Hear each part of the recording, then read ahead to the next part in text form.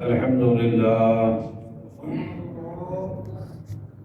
الحمد لله وكفى وسلام على عباده الذين اصطفى أما بعد فأعوذ بالله من الشيطان الرجيم بسم الله الرحمن الرحيم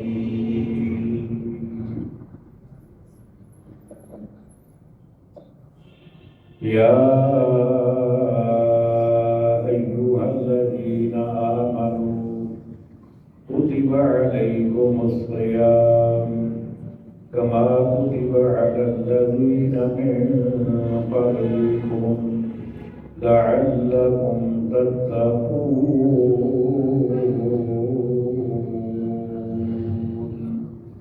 صدق الله مولانا العظيم ملکت پڑھیے صلی اللہ علیہ یا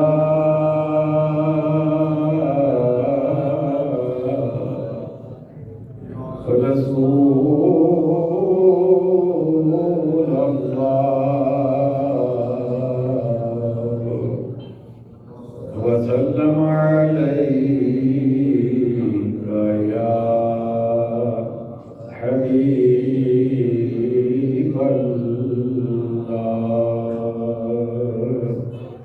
پڑھیے صلی اللہ علیہ یا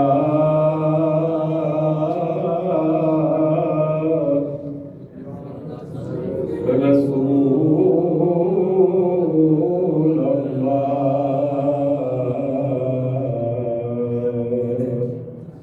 وسلم علیہ یا حبیب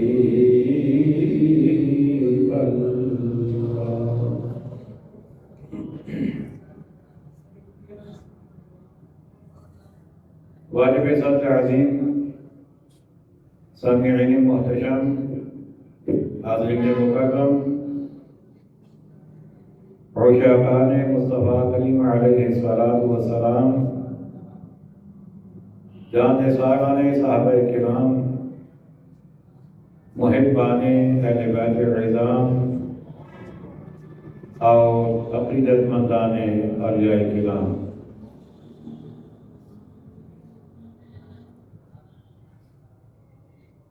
چند ہی دنوں میں ماہ رمضان المبارک جلوہ گر ہونے والا ہے۔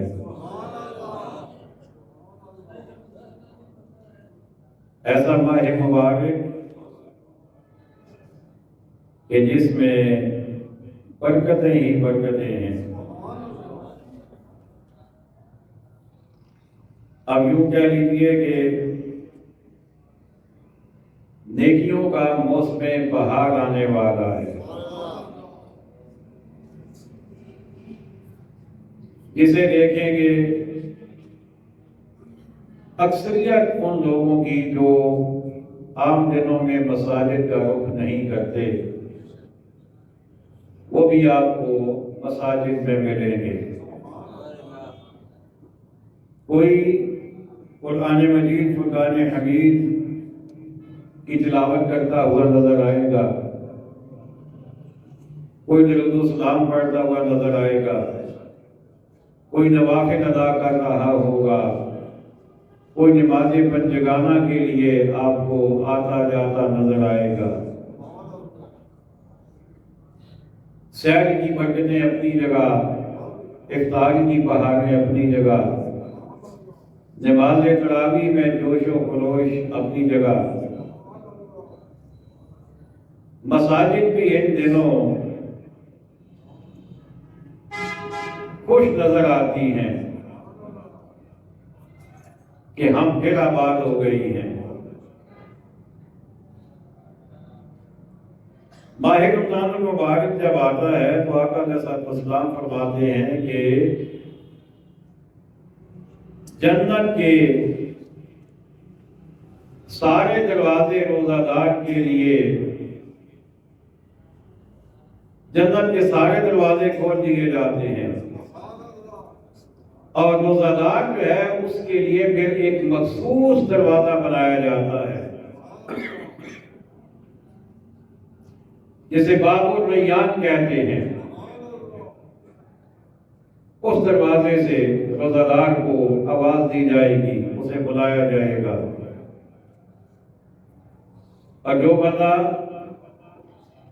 ایمان کی سلامتی کے ساتھ ثواب کی نیت سے رضائے الہی کی خاطر روزہ رکھتا ہے، اس کے گزشتہ گناہ معاف کر دیے جاتے ہیں. اب اس میں علماء تفصیل بیان کرتے ہیں کہ یہ گناہ صغیرہ ہیں یا کبیرہ ہیں. صغیرہ گناہ جو ہیں یہ تو نیک عمل کرنے سے خود بخود وہ پچھلے صغیرہ چھوٹے گناہ معاف ہوتے جاتے ہیں، لیکن جو کبیرہ گناہ ہیں ان کے لیے باقاعدہ توبہ کرنا ضروری ہوتا ہے، اور اگر حقوق العباد ہیں تو ان کی ادائیگی بھی ضروری ہے. روزہ دار کے منہ سے روزہ رکھنے کی وجہ سے، معدہ خالی ہونے کی وجہ سے جو بو آتی ہے وہ بھی اللہ تعالیٰ کو مشک سے زیادہ پسند ہے.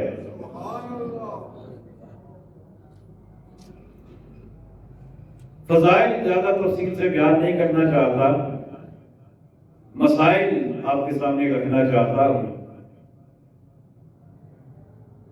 آیت کریمہ کا ترجمہ سماعت فرما لیجیے. فرمایا یا ایھا الذین آمنوا، اے ایمان والو، کتب علیکم الصیام، روزے تم پر فرض کر دیے گئے، کما کتب علی الذین من قبلکم، جیسے تم سے پہلے لوگوں پر فرض کیے گئے تھے، لعلکم تتقون، تاکہ تم پرہیزگار بن جاؤ. اس آیت کریمہ کو تین طرح سے سمجھا جا سکتا ہے، تین اس میں باتیں بیان فرمائی گئی ہیں. سب سے پہلی بات تو یہ کہ اہل ایمان کو خوشخبری دی گئی کہ تمہارے لیے روزے فرض کر دیے گئے ہیں. پھر وہ جو کہ خالق ہے، وہ مالک ہے، تو وہ جانتا ہے کہ کچھ بندے ایسا نہ ہو کہ پریشان ہو جائیں کہ وہ روزے بھی رکھنے پڑیں گے.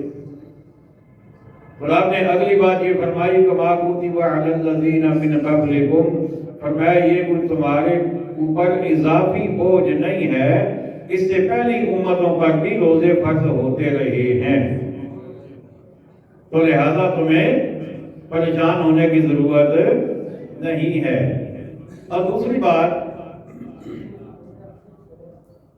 یہ جو کلمات طیبات ہیں کہ جس طرح تم سے پہلے لوگوں پر فرض کیے گئے تھے، اس میں اس بات کا بھی اعلان یا اظہار ہے کہ اے محبوب کے غلاموں، یہ کیسے ہو سکتا ہے کہ پچھلی امتیں کوئی نیکی کریں اور تمہیں اس سے محروم رکھا جائے؟ ایسا نہیں ہو سکتا. جیسے قیامت کے دن میرا محبوب سارے نبیوں سے عظمت میں، شان میں، رفعت میں، مقام میں، مرتبے میں سربلند ہوگا، ایسے ہی امتوں میں سے تم سب سے فضیلت اور عظمت اور شان والے ہوگے. تو اب اس کا طریقہ کیا ہے؟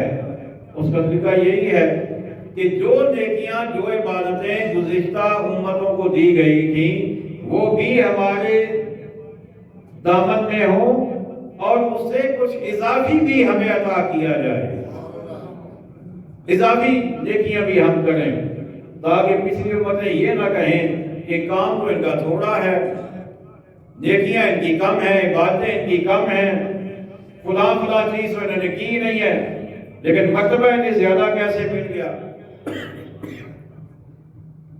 تو اس لیے آپ نے فرمایا کہ میرے محبوب کے غلاموں، تمہیں روزے سے محروم کیسے کیا جا سکتا ہے؟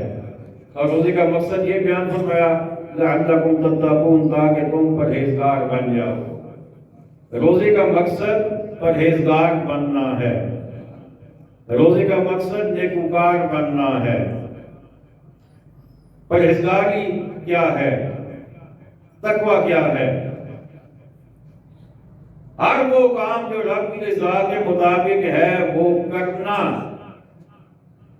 اور ہر وہ کام جو رب کی رضا کے خلاف ہے اسے چھوڑ دینا، یہ تقوی ہے۔ آسان لفظوں میں یوں سمجھیے، سنت مصطفیٰ پہ عمل پیرا ہو جانا یہ تقوی ہے۔ مصطفیٰ کریم علیہ السلام کی سیرت طیبہ کو اپنا لینا یہ تقوی ہے۔ تو رب نے فرمایا لعلکم تتقون، تاکہ تم پرہیزگار بن جاؤ۔ اب روزے کے حوالے سے کچھ مسائل آپ انداز تک پہنچانا ضروری سمجھتا ہوں۔ سب سے پہلے روزے کی نیت کب کرنی ہے، کیسے کرنی ہے، الفاظ کیا ہوں، ذہن میں خیال کیا ہو، کیونکہ نیت کے بغیر روزہ نہیں ہوتا۔ نیت شرط ہے، ضروری ہے روزے کے لیے۔ کل کا روزہ اگر ہم نے رکھنا ہو تو آج غروب آفتاب کے بعد کل کے زوال سے پہلے نیت کرنا ضروری ہے۔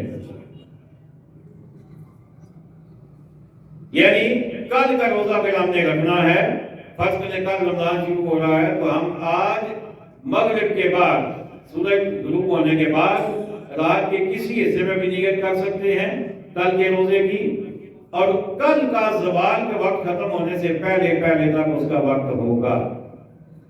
اگر ایک بندہ اٹھا، اس نے سحری کی، لیکن ابھی تک اس کا روزہ رکھنے کا ارادہ پختہ نہیں ہے اور زوال کا وقت گزر گیا، اس کے بعد بھی اس کا ارادہ پکا نہیں ہے، تو اگر پورا دن وہ افطاری تک کچھ کھائے نہ پیے، سحری بھی اس نے کی ہوئی ہے، کھایا پیا بھی کچھ نہیں ہے، افطاری بھی اس نے کر لی ہے، لیکن اس کا وہ روزہ نہیں ہوگا، کیونکہ اس کی نیت نہیں تھی۔ اب آپ سوچ رہے ہوں گے یہ کیسے ہو سکتا ہے کہ بندہ سحری کو اٹھا بھی ہے، اس نے سحری کی بھی ہے، تو نیت تھی تو اس نے وہ اٹھایا نا، نیت تھی تو اس نے سحری کی ہے۔ یہ ہو سکتا ہے کہ بندہ سحری کو اٹھے بھی، سحری بھی کرے اور اس کا روزہ رکھنے کا ارادہ بھی نہ ہو۔ وہ کیسے؟ وہ اس طرح کہ ایک آدمی نے سفر کرنا ہے، فرض کرے اسے ملتان جانا ہے، تو وہ یہ سوچتا ہے کہ چلے ابھی سحری کر لیتا ہوں، تو اگر ملتان گیا، سفر کیا تو پھر روزہ نہیں رکھوں گا، اور اگر سفر نہ گیا تو پھر روزہ رکھ لوں گا۔ تو یعنی ابھی اس کا ارادہ روزہ رکھنے کا پکا، بات سمجھ آ گئی ہے؟ ابھی اس کا پکا ارادہ نہیں ہے۔ اچھا دن کو 10 ہو گئے، 11 ہو گئے، 12 ہو گئے، ابھی اس کا پروگرام بس جانا ہے کہ نہیں جانا، بات کرتا ہوں، سوچتا ہوں، کسی سے بات کرتا ہوں، فلاں سے بات کر لیتا ہوں، جانا ہے کہ نہیں جانا۔ اسی طرح اگر زوال کا ٹائم گزر گیا اور اس وقت تک اس نے روزہ رکھنے کی پکی نیت نہیں کی، تو اس بندے کا روزہ نہیں ہے۔ اب بات سمجھ آ گئی؟ اب اس نے زوال سے پہلے اپنی نیت کو پکا کرنا ہے۔ اب اس کے بعد نیت جو ہے اس کے لیے الفاظ کا ادا کرنا ضروری نہیں ہے، وہ مستحب ہے، دل میں ارادہ پختہ ہونا چاہیے۔ اگر آپ غروب آفتاب کے بعد سحر سے پہلے اگلے دن کے روزے کی نیت کرتے ہیں، تو وہ نیت کیوں ہوگی کہ میں کل کے روزے کی نیت کرتا ہوں، دل میں یہی ارادہ ہوگا۔ اگر سحر کے بعد آپ نیت کرتے ہیں زوال سے پہلے، تو پھر یہ ہوگا کہ میں آج کے روزے کی نیت کرتا ہوں، کیونکہ روزہ تو اب شروع ہو چکا نا، وہ آج ہو گیا ہے، تو آج کے روزے کی نیت کرتا ہوں۔ تو یہ نیت کے کچھ مسائل ضروری ہیں۔ اب اس کے بعد آ جائیے روزہ ہونا کیسا چاہیے؟ تو روزہ آپ نے فرمایا کہ روزہ ایسا ہو کہ تم پرہیزگار بن جاؤ، یعنی کامل روزہ ہو۔ سبحان اللہ، بے شک کیا ہو؟ کامل روزہ۔ ایک ہوتا ہے ناقص روزہ۔ ناقص روزہ کون سا ہوتا ہے؟ ناقص روزہ یہ ہے کہ بندے نے روزہ تو رکھ لیا، لیکن ساتھ ساتھ وہ جھوٹ بھی بول رہا ہے، غیبت بھی کر رہا ہے، چغلی بھی کر رہا ہے اور جھوٹی قسمیں بھی کھا رہا ہے، وہ کم بھی تول رہا ہے، ملاوٹ بھی کر رہا ہے، وہ جھوٹی قسمیں بھی کھا رہا ہے، وہ لوگوں کا حق بھی مار رہا ہے، تو ایسا روزہ ناقص روزہ ہوتا ہے۔ آقا علیہ السلام کا جاد گرامی ہے، فرمایا کہ من لم یدع قول الزور والعمل به فلیس للہ حاجۃ ان یدع طعامہ او شرابہ او کما قال، بخاری شریف کی روایت ہے۔ آقا علیہ السلام فرماتے ہیں کہ جو بندہ روزہ رکھ کر جھوٹ بولنا اور اس پر عمل کرنا نہیں چھوڑتا تو اللہ تعالیٰ کو اس بندے کے روزے میں کوئی دلچسپی نہیں ہے، سبحان اللہ، بے شک کوئی حاجت نہیں ہے اللہ کو ایسے روزے کی۔ تو اس کے مطلب کہ وہ بھوک ہڑتال ہے، اس کی فرض ادا ہو جائے گا، یہ نہیں کہ فرض ادا نہیں ہوگا، لیکن کامل روزہ وہ نہیں ہے، اسے پرہیزگاری اس سے حاصل نہیں ہوگی۔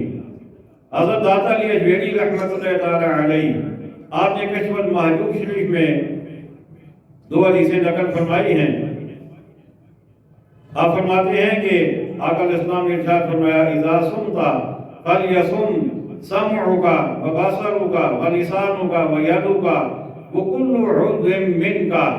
آقا علیہ السلام ارشاد فرماتے ہیں کہ اے بندے مومن، جب تم روزہ رکھو تو تمہارے کان کا بھی روزہ ہونا چاہیے، تمہاری آنکھ کا بھی روزہ ہونا چاہیے، تمہاری زبان کا بھی روزہ ہونا چاہیے، تمہارے ہاتھ کا بھی روزہ ہونا چاہیے، وَكُلُّ عُضْوٍ مِّنْكَ، اور تمہارے جسم کے ہر اعضاء کا روزہ ہونا چاہیے، سبحان اللہ، بے شک بے شک، ہر اس کا روزہ ہونا چاہیے۔ اب کیا مطلب کان کا روزہ؟ کیا مطلب کہ تم غلط بات مت سنو، اگر کہیں پہ غیبت ہو رہی ہے، جھوٹ بولا جا رہا ہے، یادوں نے روک دو، روک نہیں سکتے ہو تو وہاں سے نکل جاؤ، غلط بات اپنے کان میں نہ آنے دو۔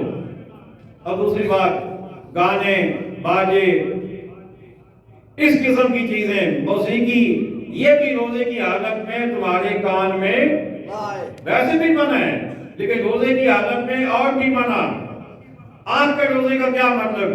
آنکھ کے روزے کا مطلب جس جگہ نظر ڈالنے سے اللہ نے منع کیا اس جگہ تمہاری نظر نہیں ڈالنی چاہیے۔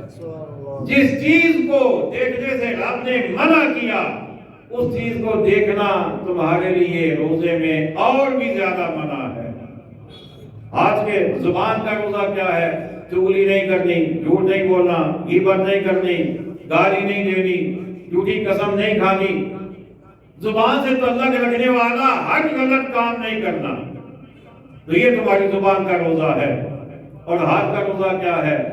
کسی کو ناجائز سزا نہیں دینی، کسی ناجائز چیز کی طرف ہاتھ نہ بڑھے، کسی کے مال کی طرف تمہارا ہاتھ نہ جائے، کم تولنے میں تمہارا ہاتھ استعمال نہ ہو، ملاوٹ کرنے میں تمہارا ہاتھ استعمال نہ ہو، اور کل عضو منک، تمہارے ہر عضو کا روزہ ہونا چاہیے، یعنی تمہارے قدم بھی اگر چلیں تو وہ اللہ کی رضا والے کام کی طرف چلیں۔ یہ ہے صحیح روزہ۔ جب ایسا روزہ ہوگا تو تب وہ روزہ کامل ہوگا اور تب ہمیں پرہیزگاری نصیب ہوگی۔ اور آگے دوسری حدیث جو داتا صاحب نے نقل فرمائی ہے، فرماتے ہیں رب صائم لیس لہ من صیامہ الا الجوع والعطش، او کما قال۔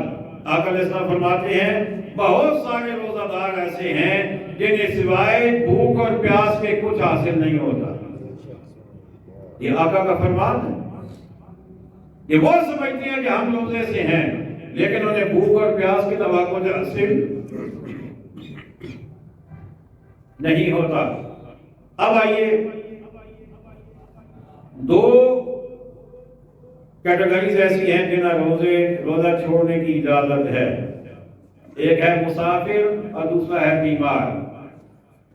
شرعی مسافر، کسی بھی کام کے لیے سفر اس نے کرنا ہے، کام اچھا ہے یا برا ہے اس سے مقصد نہیں ہے، لیکن سفر اس کا اتنا ہے جتنا شریعت نے مقرر کیا، یعنی 93 کلومیٹر ایک سائڈ کا، اتنا اگر سفر ہے کسی کا اور وہ روزہ نہیں رکھنا چاہتا تو اسے روزہ چھوڑنے کی اجازت ہے۔ لیکن اس کے باوجود آقا نے فرمایا کہ اگر کوئی روزہ رکھ لے تو اس کے لیے بہتر ہے، اور یہ اجازت تو اس دور کے لیے زیادہ مناسب تھی کہ جب پیدل سفر ہوتے تھے اور لوگ لمبے لمبے سفر گرمی میں سردی میں کرتے تھے اور مختلف سامان بھی اٹھائے ہوئے ہوتے تھے، تو اس دور میں چلیں اجازت تھی، اجازت تو اب بھی ہے، لیکن یہ ہے کہ اب سفر مشکل نہیں رہے۔ اب تو ہم نے گاڑی میں بیٹھا ہے، پیدل والا تو معاملہ ہی کوئی نہیں ہے، یا ذاتی گاڑی ہوگی یا کوئی اور گاڑی ہوگی، اور گاڑی میں بھی گرمی ہے تو اے سی لگا ہوگا، سردی ہے تو ہیٹر لگا ہوا ہوگا، تو اب تو سفر کا کوئی مسئلہ نہیں ہے۔ تو اگر کوئی آدمی سفر بھی کرے، روزہ رکھ لے تو بہتر ہے، لیکن اگر چھوڑنا چاہے تو بہرحال اجازت ہے روزہ چھوڑنے کی، لیکن بعد میں قضا کرنی ضروری ہے۔ جتنے روزے چھوڑے گا اتنے روزوں کی قضا ضروری ہے۔ بیمار آدمی کو روزہ چھوڑنے کی اجازت ہے، لیکن بیمار وہ جسے ڈاکٹر نے بیمار کہا ہو، وہ نہیں کہ جو خود ہی کہو کہ میں جب بیمار بن رہا نہیں میں کس کا روزہ رکھتا ہوں، خود ساختہ بیمار نہیں کہ پورے رمضان میں روزہ نہیں رکھ رہا کہ جی میں بیمار ہوں، رمضان کے بعد وہی بندہ جناب ہر سارے کام کر رہے ہیں، تو یہ اللہ کی بارگاہ میں آپ کا معاملہ ہے۔ تو اس لیے اگر کوئی خدا خوفی والا ڈاکٹر یہ کہتا ہے کہ آپ روزہ رکھیں گے تو آپ کی بیماری بڑھ جائے گی یا دیر سے آپ ٹھیک ہوں گے، تو وہ بندہ روزہ نہ رکھے، لیکن بعد میں قضا ضرور کرنی ہے، بعد میں رکھنے ضرور ہیں، چھوڑنے نہیں ہیں۔ اچھا، اب اس کے بعد عورتوں کے لیے بھی مسئلہ ہے کہ عورتوں کے جو خاص ایام ہوتے ہیں ہر مہینے میں، تو جن میں وہ نہ نماز پڑھ سکتی ہیں نہ روزہ رکھ سکتی ہیں، تو ان کے لیے نماز تو معاف ہوتی ہے ان دونوں کی، لیکن روزہ معاف نہیں ہوتا۔ نماز اس لیے معاف ہوتی ہے کہ ہر مہینے انہیں مطلب 8-10 دن کی نمازیں لوٹانا پڑے گی، تو شریعت نے ان کے ساتھ نرمی کر دی کہ ہر مہینے مشکل ہوتا ہے ان کا نمازیں لوٹانا، زیادہ وہ معاف ہیں۔ لیکن روزہ چونکہ سال میں ایک دفعہ مہینہ آتا ہے، تو 6-7 روزے رکھنا، 8-10 روزے رکھنا پورے سال میں قضا کرنا مشکل نہیں ہے، تو عورتوں تک بھی یہ مسئلہ پہنچانا ہماری ذمہ داری ہے۔ اب اس کے بعد ایک اور چیز وہ یہ ہے کہ سحری کے حوالے سے سحری کرنا آقا صلی اللہ علیہ وسلم کی سنت ہے، اور آقا صلی اللہ علیہ وسلم نے یہ فرمایا ہے کہ تمہاری بہترین سحری کھجور ہے۔ کیا فرمایا؟ کھجور۔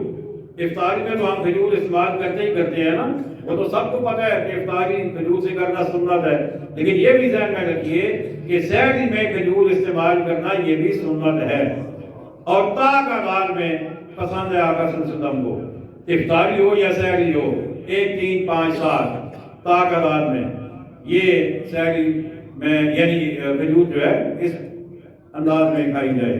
اور پھر آقا صلی اللہ علیہ وسلم کا ارشاد گرامی ہے تسحروا فإن فی السحور برکہ، فرمایا سحری کیا کرو بے شک سحری میں برکت ہے، سحری میں مجھے بولیے برکت ہے۔ اچھا، اب بعض لوگوں میں یہ غلط فہمی پائی جاتی ہے کہ اگر وہ سحری کو نہ اٹھ سکے نا، سوئے رہے، بعد میں آنکھ کھولے وہ روزہ کوئی نہیں رکھتے۔ پوچھا جائے نہیں کیوں کہ نہیں سحری نہیں کی تھی تو روزہ کیسے رکھتے؟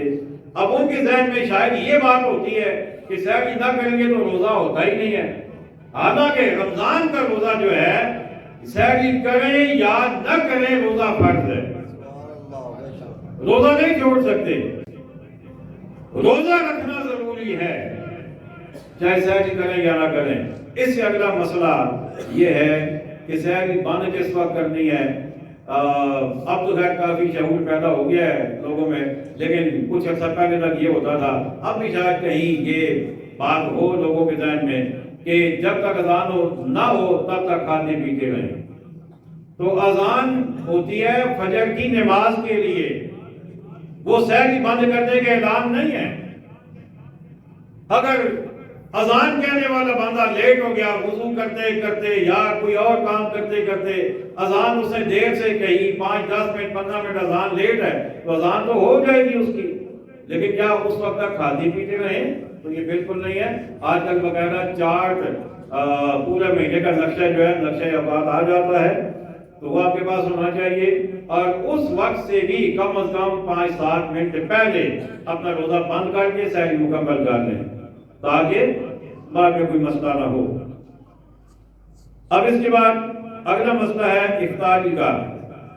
افطاری کے حوالے سے 2-3 باتیں ضرور سماعت فرما لیں۔ وہ اس میں ایک بات تو یہ ہے کہ افطاری جو ہے اس کا وقت کیا ہے اور پسندیدہ عمل کیا ہے۔ تو آقا رسول اللہ صلی اللہ علیہ وسلم کا ارشاد گرامی ہے کہ لوگ اس وقت تک بھلائی پر رہیں گے جب تک روزہ جلدی افطار کریں گے۔ اب جلدی کا مطلب کیا ہے؟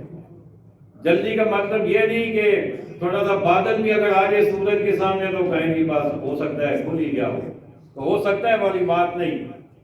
سورج غروب ہونے کا یقین ہو جائے، جو ہی سورج غروب ہونے کا یقین ہو جائے تو روزہ کھول دینا سنت ہے، اس کے بعد تاخیر نہیں کرنی۔ خود آقا علیہ السلام کا جو عمل مبارک تھا، بڑا خوبصورت عمل مبارک حدیث پاک میں موجود ہے کہ آقا علیہ السلام ایک آدمی کو اونچی جگہ پہ کھڑا کرتے کہ مغرب دیکھتے رہو کہ جب سورج غروب ہو تو تم نے ہمیں بتانا ہے، اور خود آقا صلی اللہ علیہ وسلم کے مبارک ہاتھ میں کھجور ہوتی تھی، سبحان اللہ، بے شک کھجور ہاتھ میں ہوتی تھی، یہ بھی نہیں کہ نیچے برتن میں، حالانکہ وہاں سے اٹھانے میں بھی دیر نہیں لگتی، لیکن ہاتھ میں باقاعدہ حدیث کے الفاظ ہیں۔ تو آقا صلی اللہ علیہ وسلم کے ہاتھ میں مبارک کھجور ہوتی تھی، تو جو ہی وہ بندہ کہتا یا رسول اللہ سورج غروب ہو گیا، آقا علیہ السلام کھجور اپنے منہ مبارک میں رکھ لیتے۔ تو کیا ثابت ہوا کہ سورج جو ہی غروب ہو روزہ افطار کرنا ضروری ہے، سنت ہے۔ اچھا ایک اور بات یہیں پہ وہ یہ ہے کہ آقا کریم علیہ السلام کا ارشاد گرامی ہے، فرمایا دین اس وقت تک غالب رہے گا جب تک لوگ افطار کرنے میں جلدی کرتے رہیں گے کہ بے شک یہود و نصارہ دیر کرتے ہیں۔ یہودی اور نصرانی روزہ کھولنے میں دیر کرتے ہیں، یہ مسلمانوں کا کام نہیں ہے۔ باقاعدہ جس کے الفاظ ہیں کہ دیر کرنا یہود و نصارہ کا کام ہے، مسلمانوں کا کام نہیں۔ مسلمان کا کام ہے سورج جیسے ہی غروب ہو، آقا کی سنت کے مطابق کھجور آپ کے ہاتھ میں ہو، روزہ افطار کر لیں۔ سبحان اللہ، بے شک بے شک۔ اب اس کے بعد آخری بات آج کے حوالے سے وہ یہ ہے کہ نماز تراویح ہے سنت مؤکدہ۔ کیا ہے؟ سنت مؤکدہ، یعنی ضروری ہے۔ ایک ہوتی ہے سنت غیر مؤکدہ، اس کا مطلب یہ ہوتا ہے کہ آپ وہ کام کریں تو ثواب ہوگا، نہ کریں تو گناہ نہیں ہے۔ روزہ فرض ہے، وہ بھی نہیں چھوڑا جا سکتا کسی صورت میں، بلکہ یہاں پر ایک چھوٹی سی بات اور بھی میں ایڈ کر دیتا ہوں، وہ یہ ہے کہ گرمیوں میں اکثر یہ دیکھا جاتا ہے کہ جہاں بھی مکان بن رہے ہیں، کوئی مطلب مستری مزدور لگے ہوئے ہیں، تو کھلے عام لنگر چل رہا ہوتا ہے رمضان میں، لنگر ڈالنا تو جناب دیگیں آ رہی اور سب کچھ کھلا، پوچھے نہیں تو کہتے ہیں کیا کریں گے، ہوگا سب مزدور بندے نہیں کس طرح روزہ رکھتے ہیں، اتنی ڈاڑھی تو روزہ نہیں رکھا جا سکتا۔ حالانکہ سوچنا یہ ہے کہ یہ کسی حکومت کا تو آرڈر ہے نہیں، یہ تو اللہ کا حکم ہے بھائی، روزہ فرض ہے تم پہ۔ یا ایھا الذین آمنو، اے ایمان والو، کتب علیکم الصیام، تم پر روزہ فرض کر دیا گیا۔